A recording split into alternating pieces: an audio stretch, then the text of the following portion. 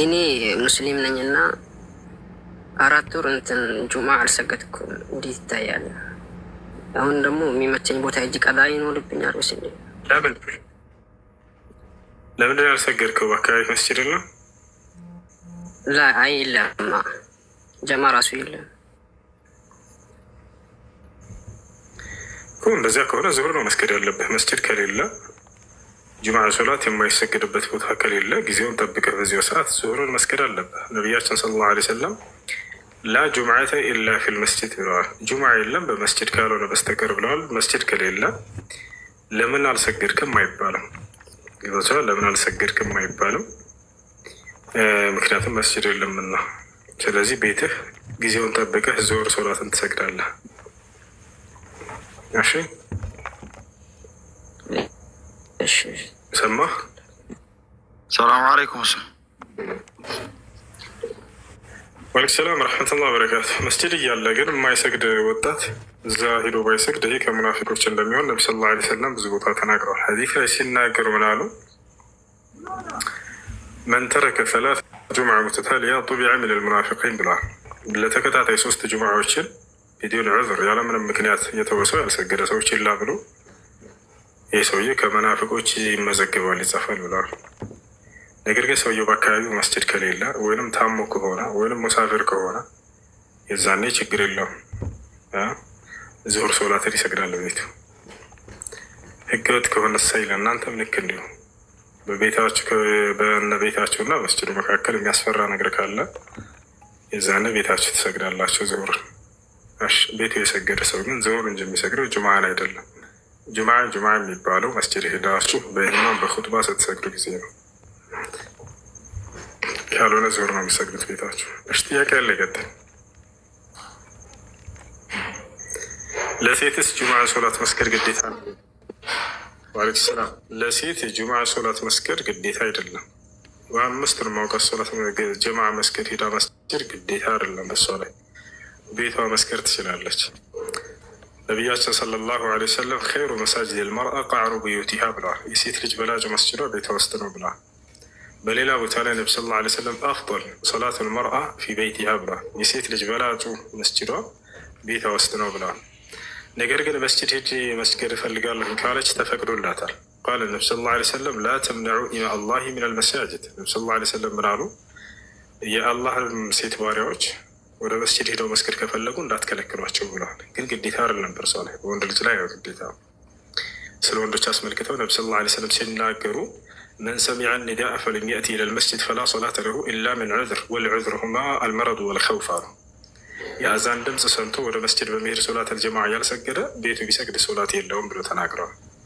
ስለዚህ ወንዶች ላይ ግዴታ ነው እሱ፣ በሴቶች ላይ ግዴታ አይደለም። ቤታቸው መስገድ ይችላሉ። እሺ ጥያቄ ያለው መገባች ነው። ሁሱ ጥያቄ ያለኝ እኔ ጠዋት ገብቼ ነበረ አንተ አልነበርክም እና የሆነች ክርስቲያን ልጅ ነበረች ጥያቄ ጠይቃ ሙስሊሞች ሲሞቱ ነፍሳቸው ወዴት ነው የሚሄደው ምናምን የሚል ጥያቄ ጠይቃ ከዛ ተመለሰላት። ሲመለስላት መልሳ ሌላ ጥያቄ ጠየቀች። ሸሂዶች በጀነት ውስጥ ከሆነ የሚኖሩት ጀነት ደግሞ የሚከፈተው ከፍርድ ቀን በኋላ ከሆነ በምን አይነት ሁኔታ ነው ጀነት ውስጥ የሚኖሩት የሚል ነው እና ያብራራል። በመንፈስ ሙስሊም ገነት ሲገባ ጊዜ ከሞት በኋላ ባለው ህይወቱ ለሁለት ይከፈላል። አንደኛ በመንፈስ ሲገባ፣ ይህ በሞትንበት ጊዜ ወዲያው ወደ ገነት እንደምንሄድ በመንፈሳችን ነቢ ሰለላሁ ዐለይሂ ወሰለም ተናግረዋል። ሐዲስ ላይ አርዋሑል ሙእሚኒነ ፊል ጀና አሉ፣ የምእመናን ነፍስ በገነት ትሆናለች ብለው ተናግረዋል። ሁለተኛ ደግሞ የፍርዱ ቀን የትንሣኤ ቀን፣ የዛኔ ሰዎች ከሙታን በሚቀሰቀሱበት ጊዜ በስጋቸውም በነፍሳቸውም ወደ ገነት ይገባሉ። ያ ነው። ታዲያ ስጋ ሲባል ይቺ ምድራዊ ስጋ አይደለችም ይዘናት የምንገባው። ይቺ ምድራዊ ስጋ ደካማ ነች። እቺን ይዘን አንገባ። ብርሃናማ ማንነት ይኖረናል ልክ እንደ መልአክ። አላህ በቁርአን ላይ ሲናገር ውጁሁ የውመኢዚን ናዚራ ኢላ ረቢሃ ናዚራ ብሏል። ፊቶችም የዛኔ ያበራሉ አለ። የገነት ሰዎች ፊት ወደ ጌታቸውም ይመለከታሉ ያያሉ ብሎ ተናገረ። በሌላ ቦታ ላይ በሱራ አልዕምራን ላይ የውመ ተብየዱ ውጁሁን ወተስወዱ ውጁህ አለ። ፊቶች የሚያበሩበት ቀንና የሚከስሙበት ቀን አለ። እነዚያ ፊታቸው የሚያበሩ የተባሉት የጀነት ሰዎች ናቸው። ፊታቸው የሚከስሙ የተባሉት ደግሞ የገሃነም ሰዎች ናቸው። ያ ነው እና የዛኔ ሌላ አካል ይዛቸው ነው የምትገቡት። ይሄ የሚሞት የሚደክም ምናምን አካል አይደለም ጭራሽ። እንዳውም ይሄ ሽንት፣ ካካ፣ ሰገራ ምናምን አያውቀውም። የወር አበባ ደም ምናምን ይሄ ነፍጥ፣ ምራቅ ምናምን ኮተት የለውም። እንዲህ አይነት ፍጥረት አይኖርም በጀነት ውስጥ። አህሉል ጀና ያእኩሉን ወየሽረቡን ወላ የቡሉን ወላ የተገወጡን አሉ ነቢ ሰለላሁ ዐለይሂ ወሰለም። የጀነት ሰዎች ከፈለጉ ይበላሉ፣ ይጠጣሉ፣ ግን አይሸኑም፣ አይጽዳዱም አሉ። ሐታ የሚበሉትና የሚጠጡት ስለተራቡ እንዳይመስላችሁ፣ መራብ የለም በጀነት ውስጥ ታውቃለህ። ወአነከ ላ ተظመኡ ፊሃ ወላ ተضሐል አላ የሰላም ወአነከ ላ ተظመኡ ፊሃ ወላ ተضሐ፣ አንተ በእርሷ በጀነት ውስጥ አትጠማም አለ። መጠማት የሚባል የለም። የጀነት ሰዎች ጀነት ከመግባታቸው በፊት አንድ ጊዜ ከሐውድ ይጠጣሉ። ሐውድ ከዚያ አንድ ጉንጭ የተጎነጨ ሰው ለዘላለም አይጠማም። ጀነት ውስጥ ገብተህ ራሱ አይጠማም። አይገርምም? ነቢያችን ሰለላሁ ዐለይሂ ወሰለም የተዘጋጀላቸው የሆነ ውሃ አለ። ሰዎች ጀነት ከመግባታቸው በፊት ሰዎች ያንን ይጠጣሉ። ለአማኞች እያንዳንዱ ነቢይ የራሱ የሆነ ሐውድ አለው። የውሃ ማኒጋ ማለት ነው ሐውድ ማለት። ያ ውሃ ግን እንደ ምድራዊ ውሃ አይደለም። የምድራዊ ውሃ ጠጥተኸው ዳግም እንደገና የሚጠማህ ነው። ያ ግን አንድ ጠጥተህ ለዘላለም የማያስጠማ የሆነ ውሃ ነው።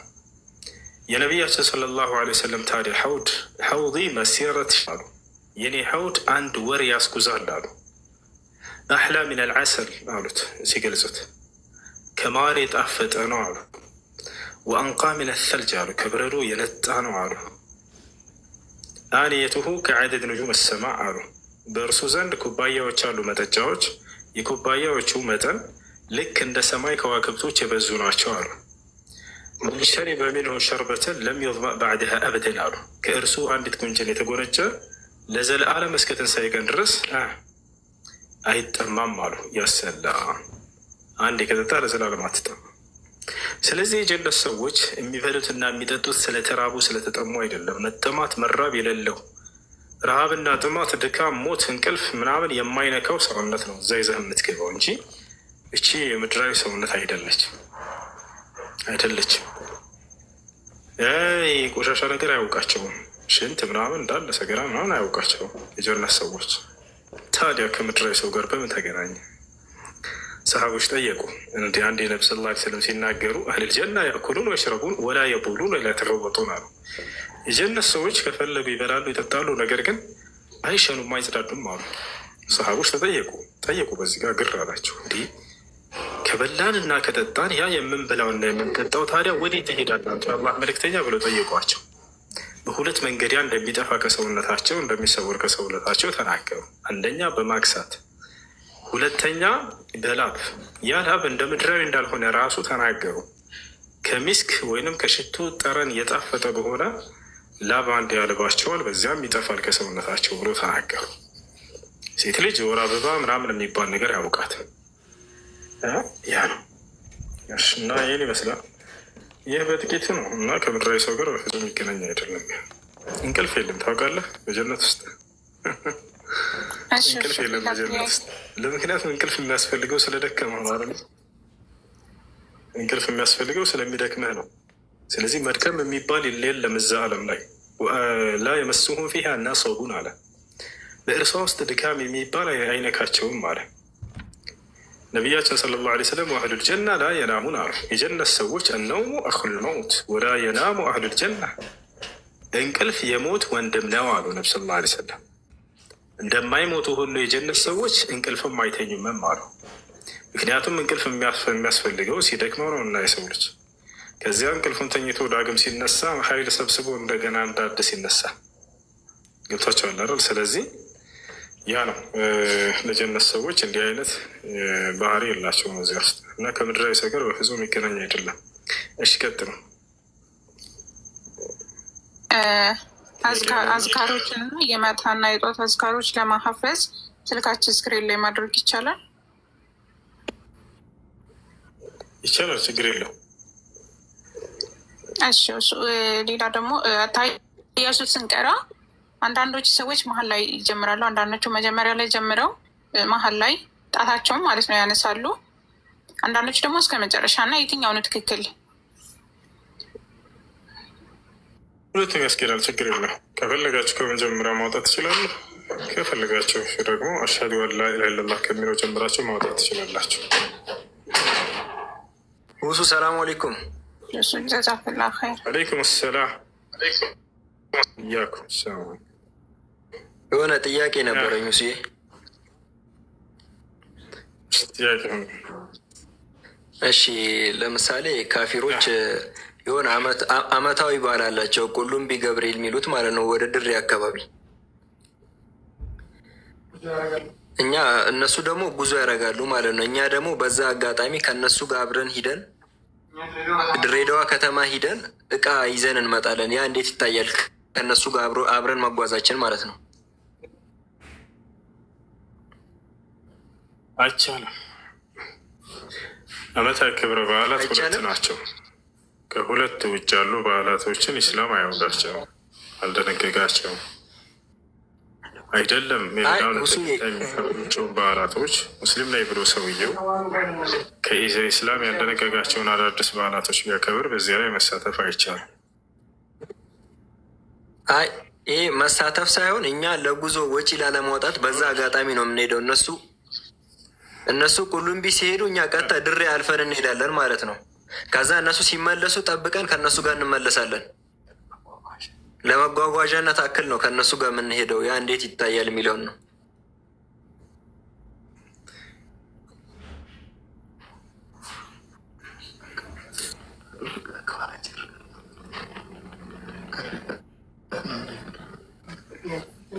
ማለት አልገባኝም። በዓሉን ልታከብር አይደለም ከእነሱ ጋር ወይም ደግሞ አብረህ ልታጫፍር አይደለም የምትሄደው። ታዲያ ምን ያገናኛል? ከዚህ አይደለም። ግልጽ አድርግ። እሺ ጥያቄ ምን መሰለ፣ እኛ ለምሳሌ ወልቂጤ ነው ያለ ነው። ጉዞ ደግሞ ቁልቢ የሚባለው ድሬ ሳይደረስ ነው ቁልቢ የሚሉት ቦታ ማለት ነው። እኛ ደግሞ ግዴታ ድሬ ለመሄድ ደግሞ ያው ትራንስፖርት ላለመክፈል ያው እቃ ለማምጣት ነው። በዛ አጋጣሚ ያኔ እንትን ፍተሻ ምናምን አይኖርም ድሬ ማለት ነው። እኛ እኮ ድሬ ነው የምንሄደው። ከነሱ ጋር ሄደን ከነሱ ጋር እንመለሳለን።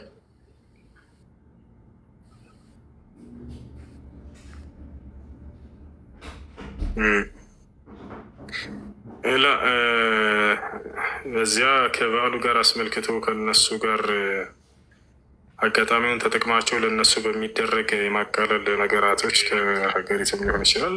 እንደዛ አይሆንም፣ አይቻልም።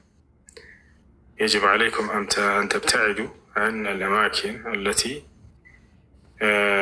يعني يعمل فيها العبادات لغير الله سبحانه وتعالى كالله جل وعلا አምልኮ የሚሰራባቸው ቦታዎች ላይ ወይም በዚያ ላይ ለሚደረግላቸው የማግራራት ነገር ከሀገሪቱም ሊሆን ይችላል፣ የትራንስፖርቱን በምንም ያንን እድል ተጠቅመው ከነሱ ጋር እንትን ማለቱ ተገቢ አይደለም። ራስህን ችለህ በራስህ መንገድ ተጓዝ። የትኛውም እምነት ተብለው የሚግራሩ ነገራቶችን ያንን እንደ እድል መጠቀም አይቻልም። አይ ውስጥ ጥያቄ ያለው ካለ ይቀጥል።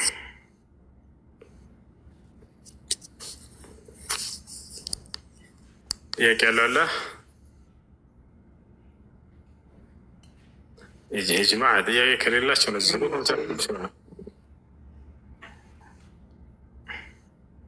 የራስን ጥያቄ ላስቀድም። አንድ ሰው ኃላፊነት ተሰጥቶን ያኔ አሁን አንድ ሰው ችግር ቢፈጠር ምናምን ከሱ ለሰው ሳታውራ ለአሰሪው ብትናገር እኛ ወሬ አመላላሽ እንባላለን፣ በነማም እንቆጠራለን።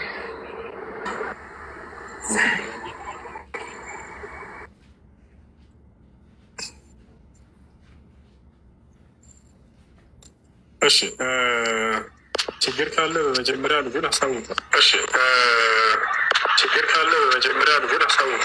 እሺ ችግር ካለ